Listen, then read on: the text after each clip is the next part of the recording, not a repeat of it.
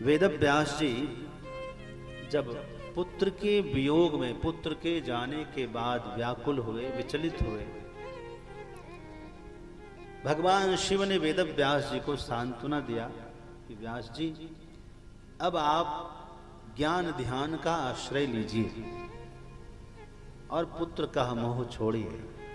आपके पुत्र ने जो किया है तीनों लोकों के लिए आदरणीय और आचरणीय है। वेदव्यास जी वापस हिमालय छोड़ करके यहाँ यमुना जी के किनारे आ गए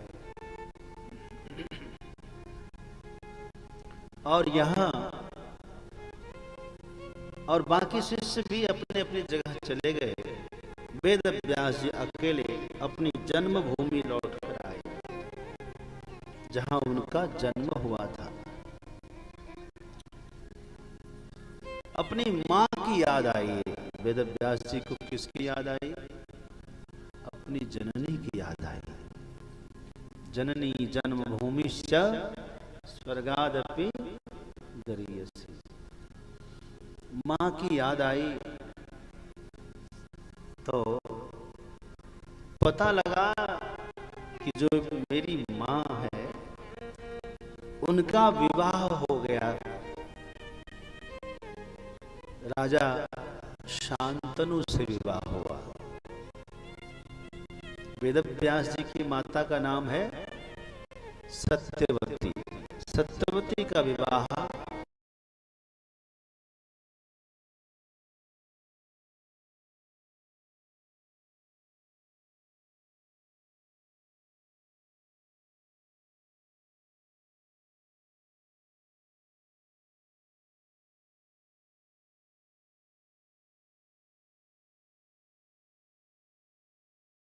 महाराज शांतनु से हुआ है।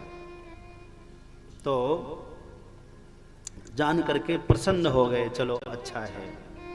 उन्होंने अपना आश्रम उसी भूमि पर एक छोटा सा आश्रम बनाया और शांत चित्त से अपने साधना करने लगे। महाराज शांतनु को सत्यवती से 2 पुत्र हुए। एक का नाम था चित्रांगद और दूसरा पुत्र था विचित्र वीर्य। तो शांतनु जब वृद्ध हुए तो उन्होंने चित्रांगद को राजा बनाया था। महाराज शांतनु की प्रथम पत्नी से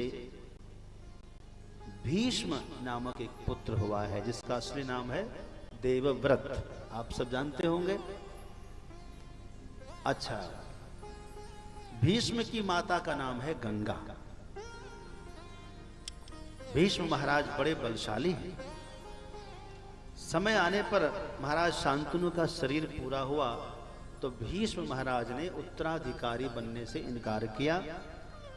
तो शांतनु की जो दूसरे पुत्र थे महाराज चित्रांगद और विचित्र वीर्य, तो उनमें से बड़े चित्रांगद को राजा के पद पर आसीन किया।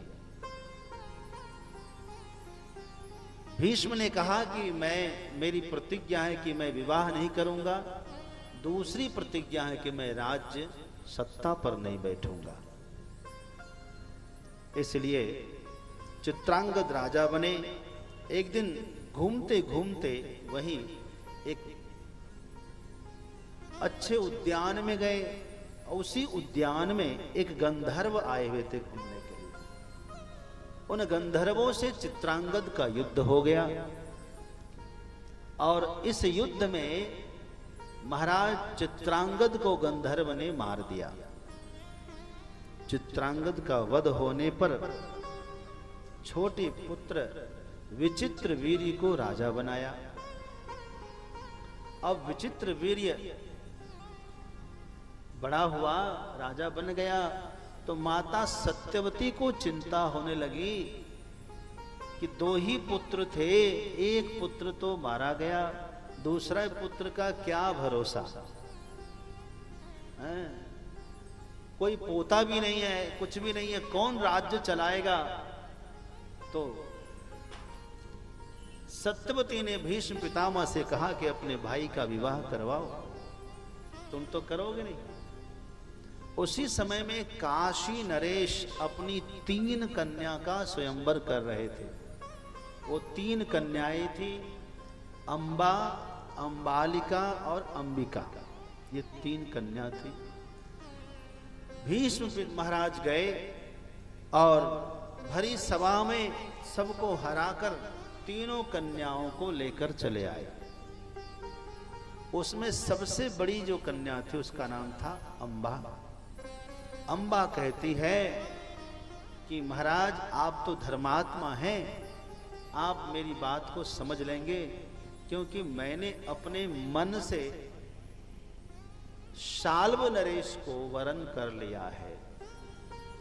मैंने अपना पति बनाने का निश्चय कर चुकी थी। जब राजसभा में दरबार में सब बैठ चुके थे, स्वयंवर सभा में सब आ चुके थे, तब मैंने शाल्व को अपना पति बनाने का निश्चय कर लिया था।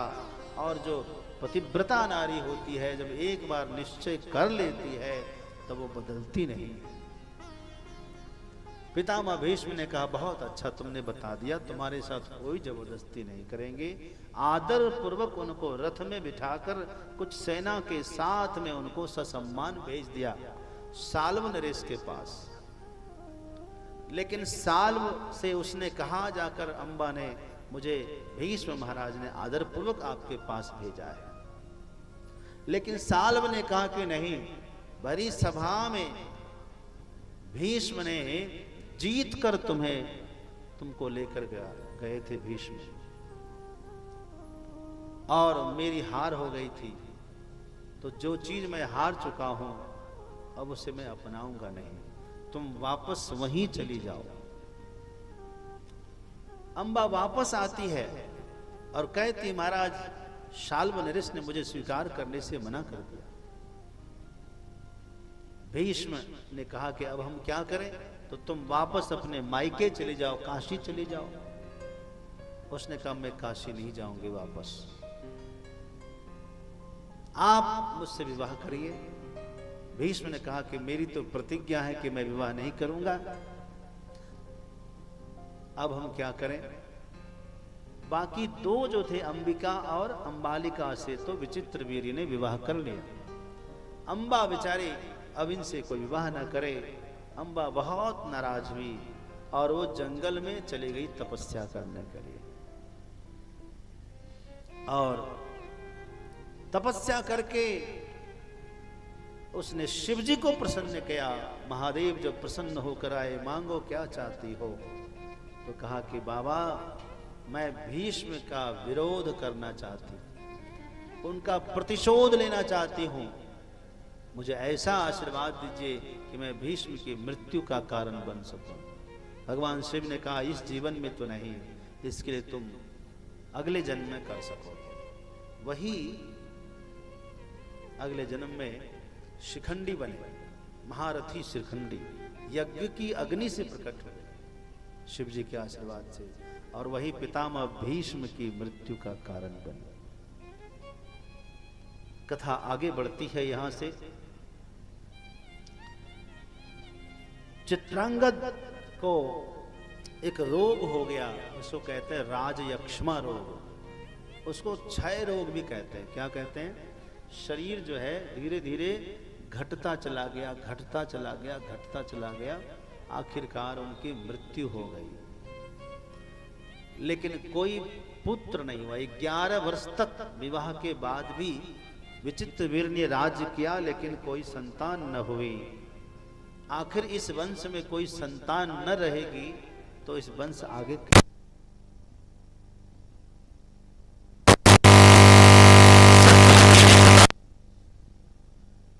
पुत्र अपने इस वंशावली को संभालो, बचाओ, भाई के पत्नी से ही पुत्र उत्पन्न करो, क्योंकि धर्म कहता है कि अपने वंश को आगे बढ़ाने के लिए आप ये कर सकते हैं।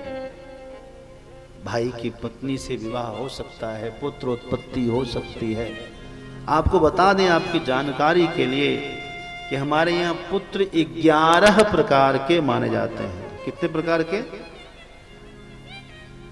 हाँ, 11 प्रकार के पुत्र होते हैं, उनमें यह भी एक पुत्र है।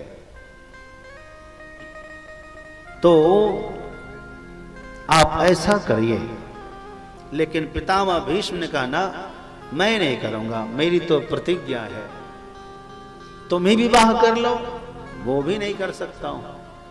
माता, आप किसी योग्य ब्राह्मण को बुलाकर या सही सदाचारी व्यक्ति को बुलाकर नियोग के माध्यम से संतान उत्पत्ति करा सकते हैं। मैं तो प्रतिज्ञाबद्ध हूं, मैं नहीं कर सकता हूं।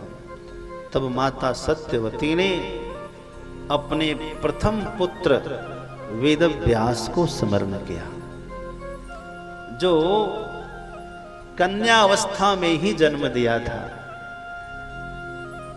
विवाह से पहले किसी कन्या को संतान हो जाए, उस संतान को कनीन कहते हैं। क्या कहते हैं? हाँ। तो व्यास जी को याद किया। उस समय व्यास जी ने कहा था कि माता, जब आपको कोई समस्या हो तो मुझे याद करना, मैं आ जाऊंगा। आज जैसे ही माता ने याद किया, तरसा तुरंत जो है वेदव्यास जी पधार गए। हाँ। उसके बाद कहा, माता क्या आज्ञा है? माता ने कहा, पुत्र, मेरे वंश को बचा लो। अपने भाई की पत्नियों से नियोग करके पुत्र उत्पन्न करो। वेदव्यास जी ने धर्म का विचार किया, कुरुवंश को कुरुवंश की रक्षा के लिए हाँ कह दी। तो अंबिका आती है वेदव्यास जी के साथ, लेकिन अंबिका ने वेदव्यास जी का स्वरूप जो देखा, सो आंखें बंद कर लिया। वेदव्यास जी तो तपस्या में रहे, बड़ा उग्र उनका शरीर था, देख करके डर गई, आंखें बंद कर लिया। उनसे जो पुत्र हुआ वह अंधा पुत्र हुआ, जिसका नाम रखा गया धृतराष्ट्र। दूसरी वाली जो थी अंबालिका को भेजा, तो अंबालिका ने आंख तो बंद नहीं किया, लेकिन डर के मारे पीली पड़ गई। इसलिए उसका जो पुत्र हुआ उसको पीलिया रोग बचपन से ही हो गया। दोनों संतानों को देख करके सत्यवती ने कहा, ये कोई संतान है, इससे राज्य चलेगा? फिर से करो। एक वर्ष के बाद फिर से कहा, बहू अब तुम कोई गलती नहीं करना। तो बहू ने सोचा कि अरे हमसे नहीं होगा, तो इस बार उन्होंने दासी को भेज दिया। दासी को कोई दिक्कत नहीं थी। वेदव्यास जी से दासी से जो पुत्र हुआ वह धर्मात्मा हुआ, वो विदुर कहलाए। विदुर जी सब प्रकार से स्वस्थ धर्मात्मा थे, लेकिन वो दासी का पुत्र है, इसलिए राजगद्दी पर तो नहीं बिठाया जा सकता। इस प्रकार ये वंश आगे बढ़ा।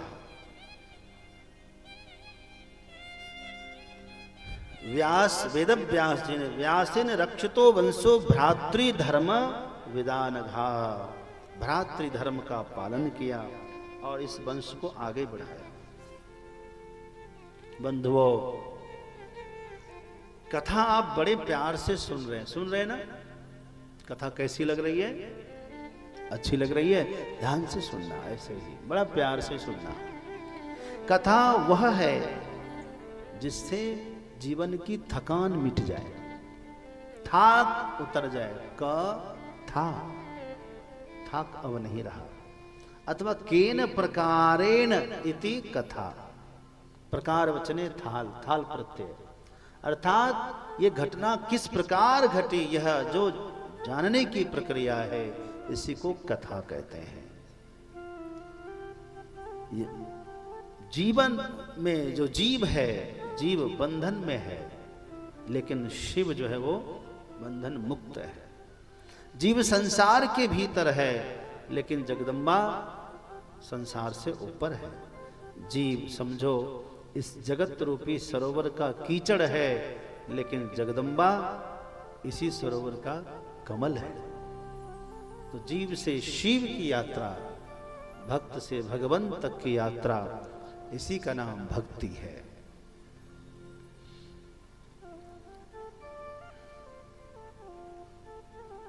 अब हम बात करते हैं, ऋषियों ने मुनियों ने पूछा है कि हे मुनिवर, ये तो हमने जाना लेकिन यह नहीं जाना, हमने सुना है कि वेद व्यास जी का जन्म एक मत्स्यगंधा से हुआ, जिसकी माता के शरीर से मछली सी दुर्गंध आती थी। वेद व्यास जी का जन्म कैसे हुआ है? राजा शांतनु ने उस दुर्गंध युक्त कन्या से विवाह आखिर कैसे किया? तब सूत जी ने कहा कि माता जगदम्बा को प्रणाम कर लीजिए, क्योंकि सब माया है। प्रणम्य परमां शक्तिम चतुर्वर्ग प्रदायिनीम आदि शक्तिम वदिष्यामि कथाम पौराणिकम शुभम। आप लोग जरा सावधान होकर सुनिए, बड़ी अच्छी कथा है।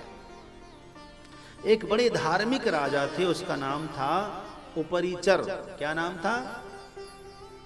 उपरिचर नाम इसलिए पड़ा क्योंकि देवराज इंद्र की उपासना किया था इन्होंने। देवराज इंद्र प्रसन्न होकर के एक स्फटिक मणि से बना हुआ बड़ा सा विमान इसको भेंट किया। उस विमान में बैठ करके ये महाराज ऊपर ऊपर घुमा करते, तो ऊपरी चरती थी, ऊपरी चरा, ऊपर ऊपर घूमने से इसका नाम पड़ गया उपरिचर। इनकी 2 पत्नियां थी। इनमें से एक पत्नी जिसका नाम था गिरिका, गिरिका ने एक व्रत कर रखा था। पुत्र प्राप्ति के लिए पुंसवन व्रत होता है। व्रत किया और वह ऋतुमती हुई।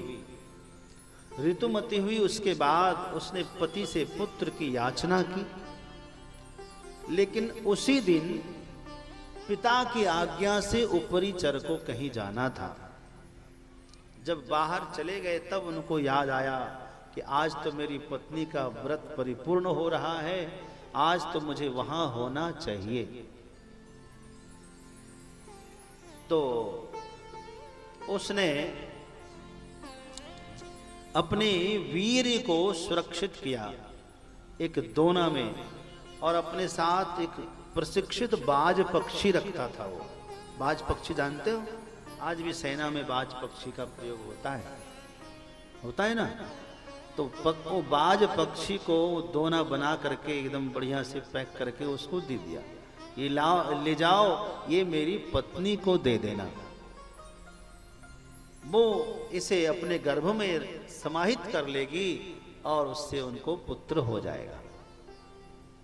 बाज पक्षी गया, चला वहां से, और जमुना पार कर रहा था।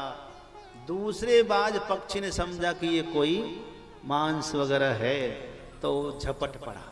जो छीना झपटी शुरू हो गई, उसी छीना झपटी के क्रम में वो जो उस पे जो चोंच लगाया तो वो नीचे गिरा।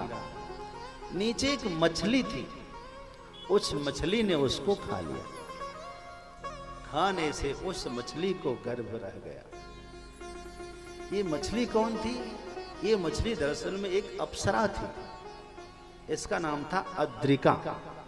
आद्रिका जो अप्सरा थी, एक बार इसी यमुना किनारे घूम रही थी, और एक महात्मा, एक तपस्वी जो है, अपने भजन में किनारे मस्त थे। उस तपस्वी ब्रह्मचारी को देख करके अप्सरा जो है मोहित हो गई, और मोहित हो गई तो उनको स्पर्श किया, उनको पैर पकड़ लिया।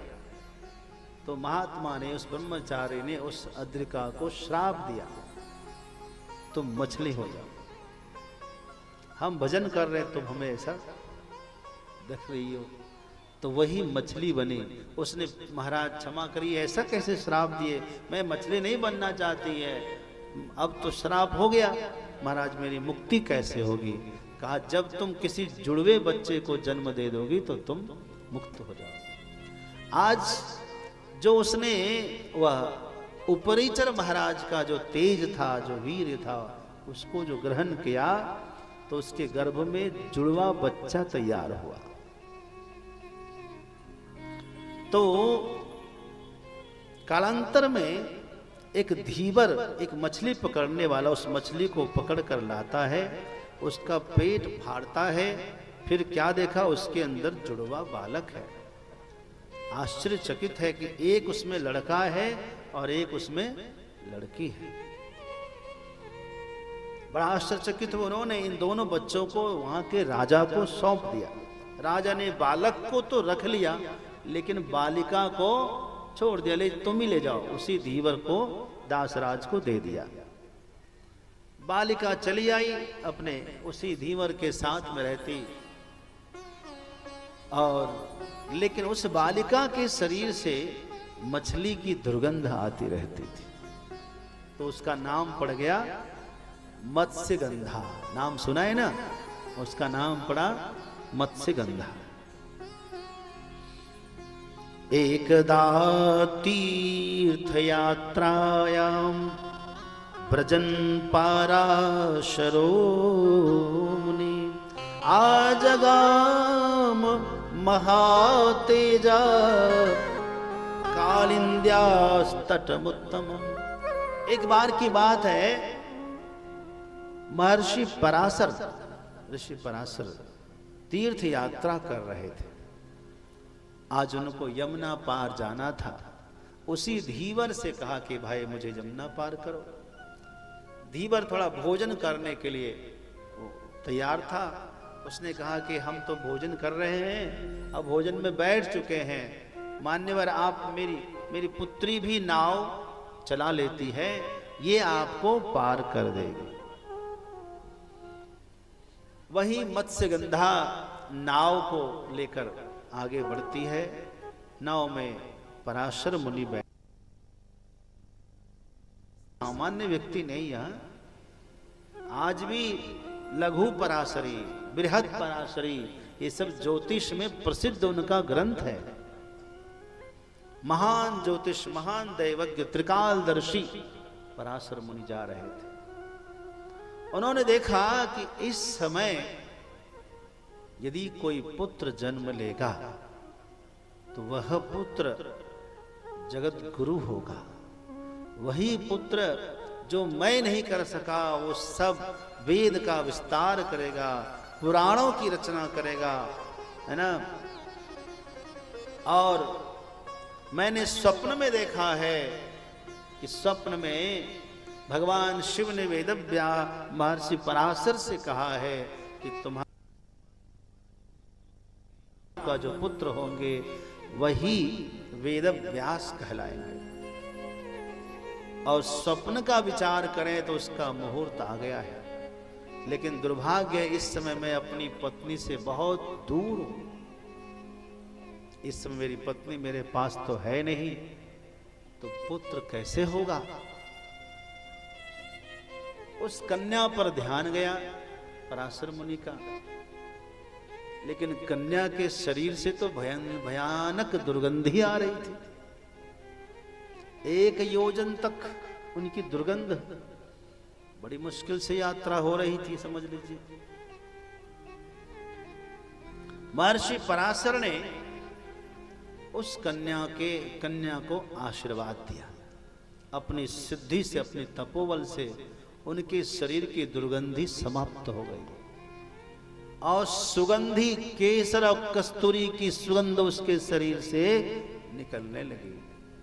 1 योजन तक मानो जहां दुर्गंध जाती थी, अब सुगंध जा रही है। उस कन्या से पराशर मुनि ने कहा कि देखो, अभी एक ऐसा मुहूर्त है, इस अभिजित मुहूर्त में यदि कोई संतान उत्पन्न हो जाए तो बहुत दिव्य संतान, और वो पूरी दुनिया में सबका मार्गदर्शन करने में समर्थ होगा, वेद का विस्तार करेगा, उपनिषद का निर्माण करेगा। तो कन्या बोली, कैसे महाराज। कहा, यदि तुम साथ दो तो ये काम हो सकता है। मैं कैसे दे सकती हूं महाराज, ये काम तो कोई विवाहित पत्नी कर सकती है, मेरा तो विवाह नहीं हुआ और मेरा कौमार्य नष्ट हो जाएगा महाराज। पराशर मुनि ने कहा, उसकी चिंता ना करो, मेरे पास समस्त प्रकार की सिद्धियां हैं, तुम्हारा कौमार्य नष्ट नहीं होगा। अरे महाराज यहाँ दिन है, कहा कि मैं अपने तपोबल से अभी कोहरा करता हूं। तपस्या के प्रभाव से तुरंत कोहरा छा गया। कोहरा में अपना हाथ के आगे नहीं दिखने लगा, एकदम अंधेरा का। अब तो महर्षि पराशर ने उस कन्या से एक पुत्र को, संतान को जन्म दिया। ऐसा नहीं कि 9 महीना तक गर्भ रहा, उसी समय ही हुआ। शिव जी का आशीर्वाद था। आश्चर्य मत करना, भगवान के आशीर्वाद से सब संभव है। और उसी पुत्र को जब जन्म दिया, उसी का नाम रखा कृष्ण। क्या नाम रखा? कृष्ण। क्योंकि देखने में वह काला था, सांवला था, जिसको आप प्यार से क्या कहते हैं? सांवला कहते हैं। कृष्ण नाम रखा, भगवान कृष्ण की तरह ही समझो दिखा। लेकिन एक द्वीप में, एक टापू में जन्म लिया, इसलिए उसका नाम रखा कृष्ण द्वैपायन। प्रणाम किया, उस पार हुए। पराशर मुनि चले गए और वेद व्यास जी ने भी मां को प्रणाम किया, और वो भी कहा कि मैं अब जाऊंगा। देखते ही देखते वो बड़ा हो गया। वो तो भगवान का अवतार थे ना, व्यास मुनि साक्षात अवतारी पुरुष है। और बोले कि मां मैं अब जाऊंगा वन में, जब आपको मेरी जरूरत या मेरी याद आएगी तो मैं आ जाऊंगा। वही बाद में वेद का विस्तार करने से उनका नाम पड़ा वेद व्यास। बोलिए वेद व्यास भगवान की जय हो।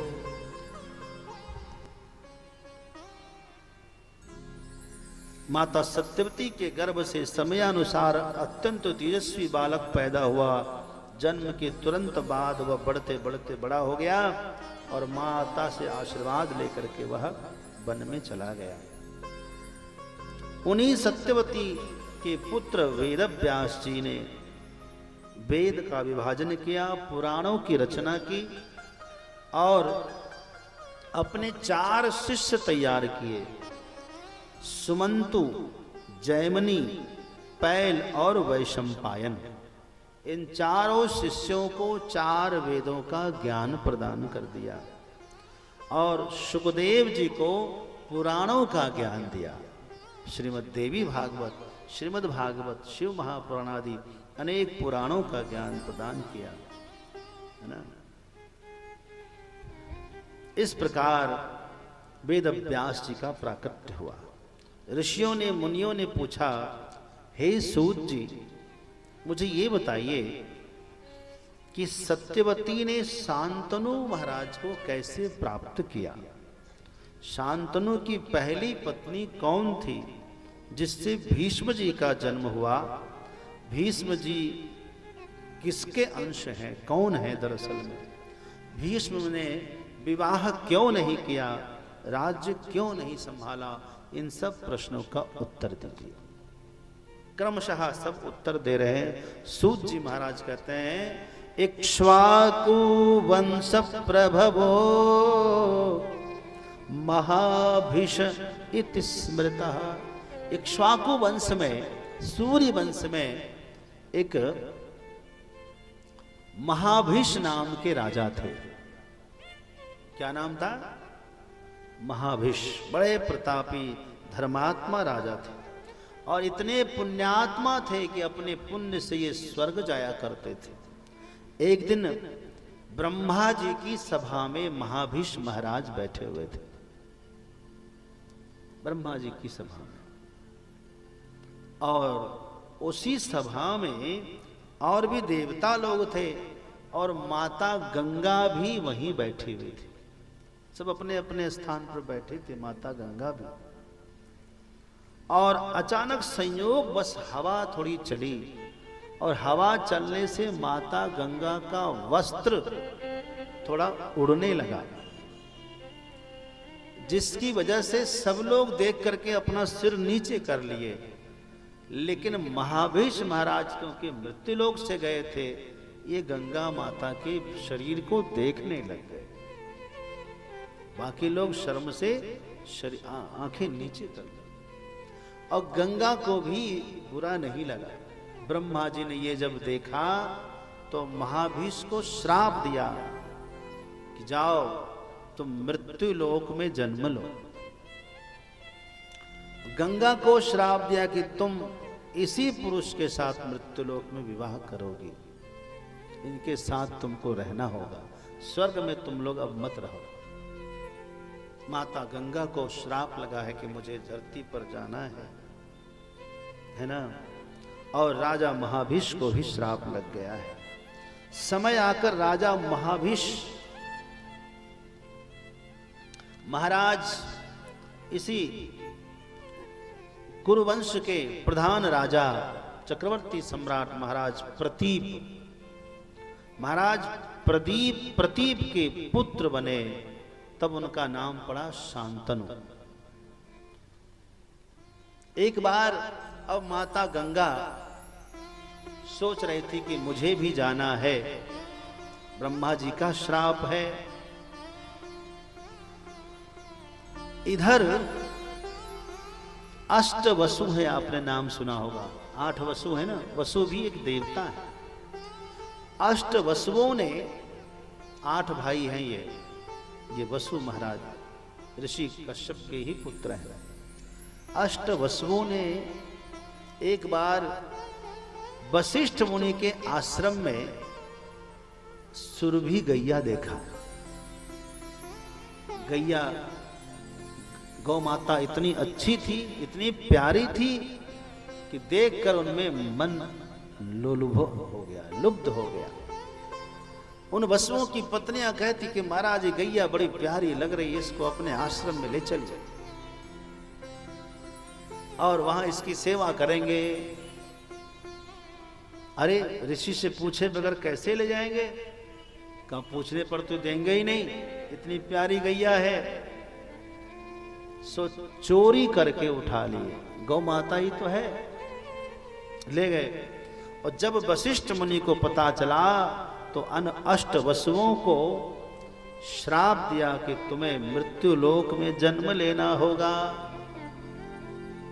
अष्ट वसु आकर के चरणों में गिर पड़े, महाराज क्षमा कर दीजिए, मेरा उद्धार कैसे होगा ये बताइए। तब वशिष्ठ मुनि ने कहा कि तुम लोगों का कल्याण तो 1-1 वर्ष में हो जाएगा, परंतु जिसने अपने हाथ से चोरी किया है इसका नाम है द्यौ। जो द्यू नाम का वसु है, इसको तो वहां बहुत काल तक रहना पड़ेगा।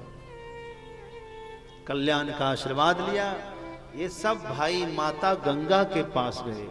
माता गंगा, आपका अवतरण धरती पर होगा, अच्छा होगा कि हम सब आपके पुत्र बन जाएंगे और आप हमें जन्म देते ही समाप्त कर देना, अपने जल में बहा देना, जिससे हमारा मोक्ष हो जाएगा, मृत्यु लोक में बहुत दिन हमको रहना नहीं पड़ेगा। गंगा मां ने कहा ठीक है। अब गंगा मैया धरती पर जब आई, सोचने लगी मैं किससे विवाह करूं। एक दिन देखा कि महाराज प्रतीप अत्यंत प्रतापी हैं, बैठे हुए गंगा जी के किनारे।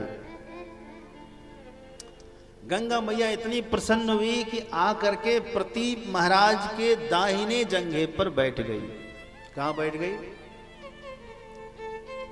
प्रतीप महाराज ने कहा कि तुम कौन हो और मेरी दाहिने जंघे पे आकर बैठ गई हो? गंगा माता ने कहा महाराज मैं गंगा हूं और मैं आपसे विवाह करना चाहती हूं। प्रतीप ने कहा देखो, क्योंकि पत्नी का जो स्थान है वो बाईं तरफ है, बाएं जंघे पर ही पत्नी बैठ सकती है, और तुम आई हो मेरे दाहिने जंघे पर बैठी हो, इसलिए तुम मेरी पुत्री जैसी हो। दाहिने जंघे पर हमेशा पुत्री बैठती है, तो मैं तुमसे विवाह नहीं करूंगा। मेरा पुत्र जब होगा तुम उनसे विवाह कर लेना। कहा करके महाराज प्रतीप तो चले गए। एक दिन प्रतीप महाराज के पुत्र शांतनु महाराज गंगा जी के किनारे भ्रमण कर रहे थे। तब उनको गंगा जी के दर्शन हुए और वो गंगा माता समझ गई कि यही उनके पुत्र हो सकते हैं। और शांतनु महाराज के साथ गंगा का विवाह होता है। माता गंगा ने विवाह से पहले शर्त रख दी कि महाराज यच्च कुर्यामहं कार्यम शुभम वा यदि वा शुभम, महाराज मैं जो कुछ भी करूंगी, चाहे अच्छा करूं चाहे बुरा करूं, आप मुझे टोक नहीं सकते। न निषेध्या त्वया राजन न वक्तव्यम तथा प्रियम, आप मुझे कभी कड़वे वचन नहीं बोलेंगे, हाँ मेरा अपमान नहीं करेंगे, मुझे रोकेंगे नहीं और टोकेंगे नहीं। यदि आपने रोक दिया, आपने टोक दिया तो मैं आपको छोड़कर चली जाऊंगी।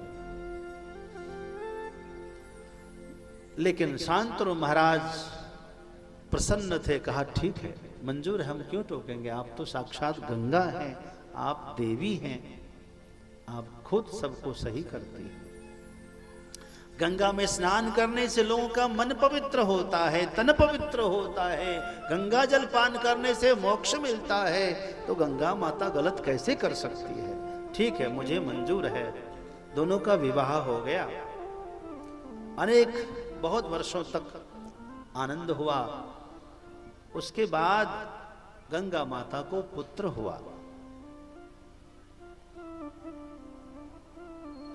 एक पुत्र होता, अगले दिन उठाती उसे और ले जाकर सीधे गंगा जी में फेंक देती। 2 पुत्र, 3 पुत्र, 4 पुत्र, 5 पुत्र, 6 पुत्र, 7 पुत्रों को गंगा जी ने प्रवाहित कर दिया।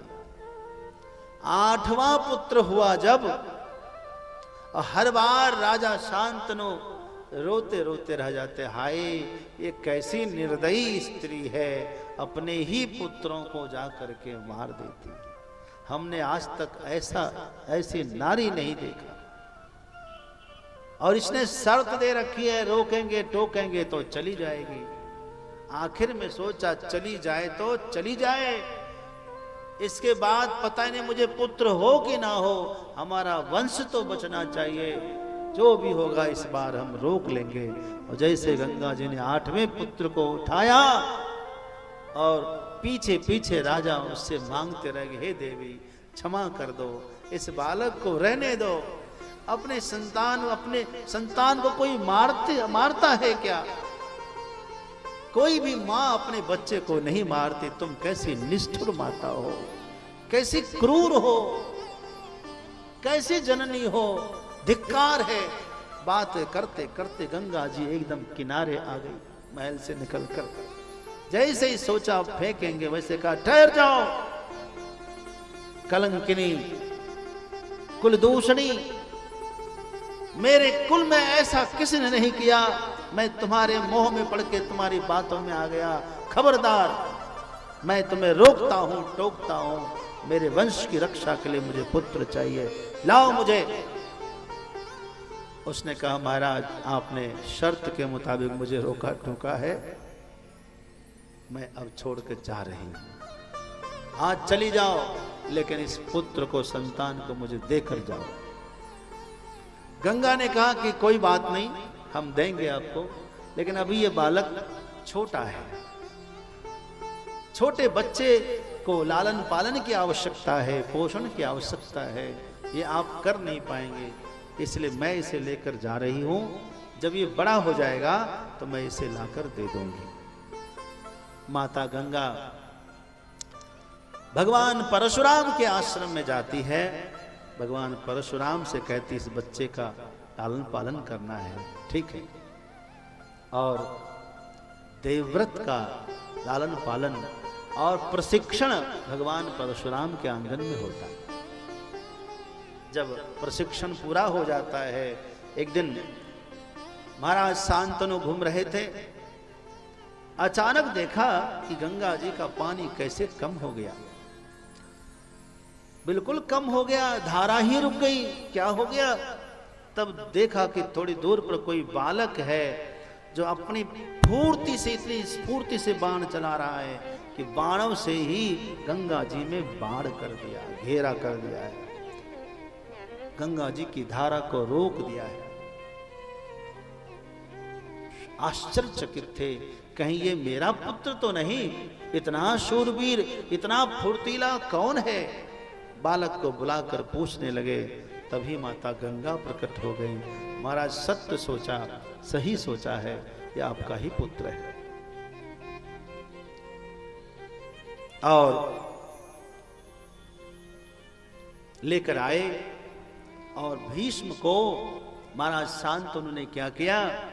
युवराज बना दिया, तिलक कर दिया, मुकुट पहना दिया, कुछ सेना और कुछ सेवक उनके साथ में लगा दिए।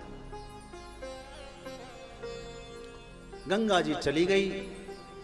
शांतनु महाराज ऐसे ही कभी कभी भ्रमण करने निकलते और एक दिन उसने सत्यवती को देखा। सत्यवती ही मत्स्यगंधा है, जो मत्स्यगंधा थी बाद में उनका नाम पड़ गया सत्यवती। असली नाम तो सत्यवती ही था, दुर्गंध आती थी मछली की तरह, इसलिए उसको लोग मत्स्यगंधा कहते थे। अपूर्व सौंदर्य, इतना सुंदर बनाया था ऋषि पराशर ने उनको, और अपूर्व सुगंध, इतनी सुगंध कहां से आ रही है? केसर कस्तूरी की सुगंध। एकदम व्याकुल हो गए और खींचते चले गए। सत्यवती को देखा तो मन में आया कि काश ये मेरे हवेली की शोभा बन जाती। कहा कि देवी मेरे राज्य की शोभा बनोगी? निवेदन किया उसने। कहा महाराज आपको कौन मना करेगा, लेकिन मैं अपने पिता को पहले पूछूंगी। मत्स्यराज से पूछा।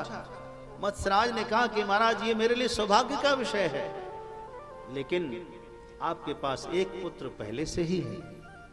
मेरी हार्दिक इच्छा थी कि मेरी पुत्री का विवाह मैं किसी राजा से कराऊंगा, जिससे मेरा जो नाती होगा, इस पुत्री का पुत्र होगा, वह राजा बनेगा। लेकिन आपसे विवाह करने के बाद मेरा नाती तो राजा नहीं बन पाएगा, क्योंकि आपके पास तो पहले से पुत्र है। उसने आपने उनको युवराज भी घोषित कर दिया है। कहा हाँ ये तो नहीं हो सकता, बस क्षमा करें महाराज। लौटा दिया। लौट करके शांतनु महाराज आए, लेकिन घर में उदास होकर रहने लगे। मन नहीं लगता था, बार बार उनसे मिलने का मन करता था।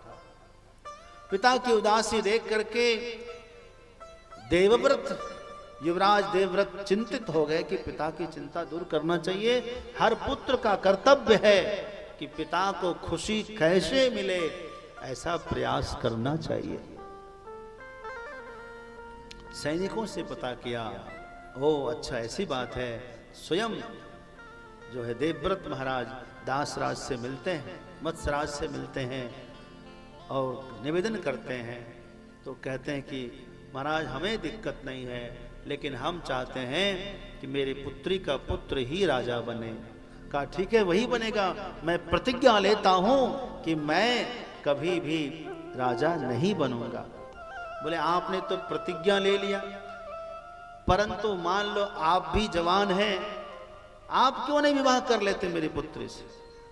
कहा नहीं, मेरे पिता ने स्वीकार किया है, ये मेरे लिए मां है।